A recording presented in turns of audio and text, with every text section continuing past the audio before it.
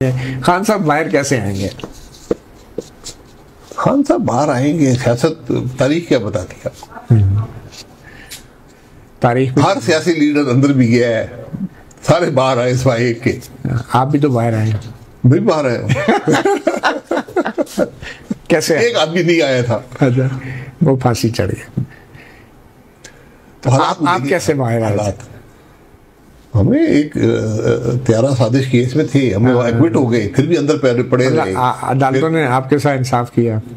अदालतों ने रहमत हुसैन जाफरी साहब ने इंसाफ किया, एक्विट कर दिया, लेकिन अब छुटे नहीं। रहमत हुसैन जाफरी साहब ने तो त्यारा साजिश केस में सजा सुनाई थी, सिर्फ नवाज शरीफ साहब को। आपको छोड़ दिया? सिर्फ मियां साहब को नहीं, आपके साथ इंसाफ किया और मियां साहब के साथ नाइंसाफी? नाइंसाफी हुई दबाव के तहत। अच्छा, आप वो जजमेंट पढ़ लें, आपको खुद ही नजर। तो अब खान साहब के साथ इंसाफ होगा दबाव के तहत? माजी का तजर्बा क्या है?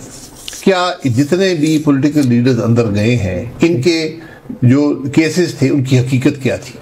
आपके मतलब यह है कि खान साहब को भी माफी मांग लेनी चाहिए, जैसे कि सोहेल सर माफी किससे मांगेंगे? बात तो ये है ना, मैं माफी मांगने को तैयार हूँ। ठीक है, पहली बात है मैंने गलती कौन सी की? अगर मैं कन्विंस हूँ से गलती। चलें, आपकी प्रेफरेंस क्या है, किससे माफी मांगनी चाहिए खान साहब को? नहीं, किस बात की माफी मांगेंगे?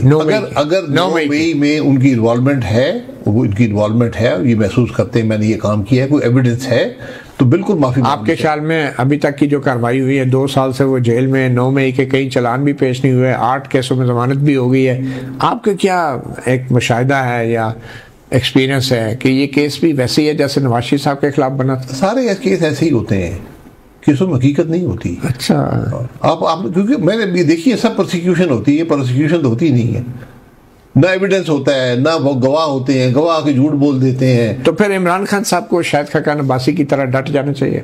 नहीं, डटना क्या है? देखिए, मेरे डटने की बात नहीं है। हम प्रोसिक्यूट हुए, एक जज दलेर आदमी तो नहीं किया, हमें प्रेशर था कि कन्विक्ट किया जाए। नहीं, एक प्रेशर था कि मियां साहब को अंदर कर दो, एक प्रेशर था कि खाकान अब्बासी साहब को छोड़ दें। जी, कैसा ये प्रेशर नहीं था। छुटना सबने, जज रहमत हुसैन जाफरी था, छुटना सबने था, उसमें कोई हकीकत ही केस में नहीं, किसी ने पहले। और रहमत हुसैन जाफरी साहब की ये मेहरबानी थी। देखिए, दबाव, मैं हमेशा कहता हूँ, कोई शख्स पत्थर का बना नहीं होता, दबाव कबूल कर लेता है एक हद तक।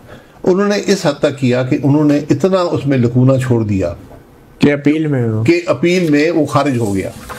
अभी भी यही हो रहा है, अभी भी यही हो रहा है। तो मैं ये हमने सीखा भी कुछ नहीं है ना। अगर मैं आज भी कहता हूं कि अगर इमरान खान साहब के खिलाफ कोई एविडेंस है, वो अवाम के सामने मे 9 के मामलात में उनको प्रोसिक्यूट करें, क्योंकि मे 9 के वाकयात जो है ये मामूली वाकयात नहीं है। 2 साल से तो चलान पेश नहीं है उनके। मैं यही कह रहा हूँ ना, इसलिए वो केस कमजोर बन जाता है। क्या उनको छोड़ देना चाहिए?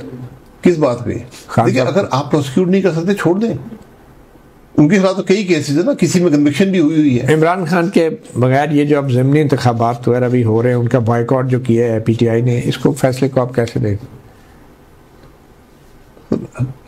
इलेक्शन की हकीकत ही खत्म हो गई है, पार्लियामान की हकीकत ही खत्म हो गई। तो आपने पार्टी क्यों बना ली? हम तो सियासत कर रहे हैं। अच्छा, इलेक्शन के लिए कम से कम अवाम के पास एक चॉइस हो, कोई जमात हो जो बात कर सके मुल्क की। तो फायदा क्या जब इलेक्शन ही नहीं लड़ने? तो इलेक्शन आएगा ना, तो लड़ेंगे जब वक्त आएगा। फिर उनकी हकीकत ही कुछ नहीं। आज के इलेक्शन की हकीकत नहीं है जो आज माहौल है, जहाँ पर ना जमहूरियत है, ना पार्लियामान है, ना फंडामेंटल राइट्स है, उसके अंदर बाई इलेक्शन की क्या हकीकत? और अगर अगले 10 साल यही हालात रहे तो 10 साल मुल्क फिर कहाँ जाएगा? फिर आप खुद सोच लें। हमने तो हक की बात करनी है, मुल्क के मसाइल की बात करनी है, उसके हल की बात करनी है, मुल्क अवाम की फलाह की बात, ये सियासत हो।